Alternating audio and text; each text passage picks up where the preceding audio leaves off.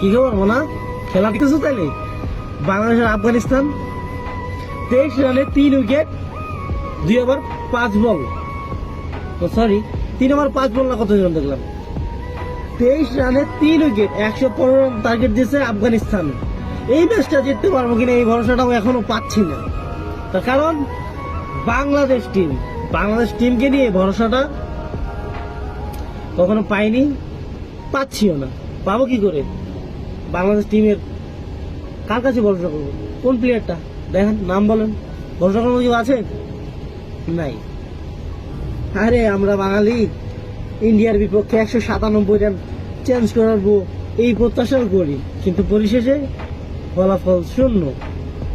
আর এবার আজকে ভাবতেছি আফগানিস্তান 115 টার্গেট দিচ্ছে, কোনো ব্যাপারই না, ম্যাচটা জিতে যাবো। অথচ 23 রানে 3 উইকেট হারিয়ে বসে আছি। বাকি খেলাটুকু দেখবো যে এই রুচিটা আর হচ্ছে না বাংলাদেশ টিমের উপর। এত সুন্দর একটা টার্গেট, অল্প রান, একটু ডিফেন্স করে দেখে খেল। আস্তে আস্তে খেললেই তো হয়, একজন ম্যাচটা ধরে খেললেই তো হয়। তাড়াহুড়ো করে এই 3টা উইকেট দিয়ে চলে আসলা, কি খেলা? নিম্নতম কি সেন্স নাই যে কিভাবে খেলা দরকার?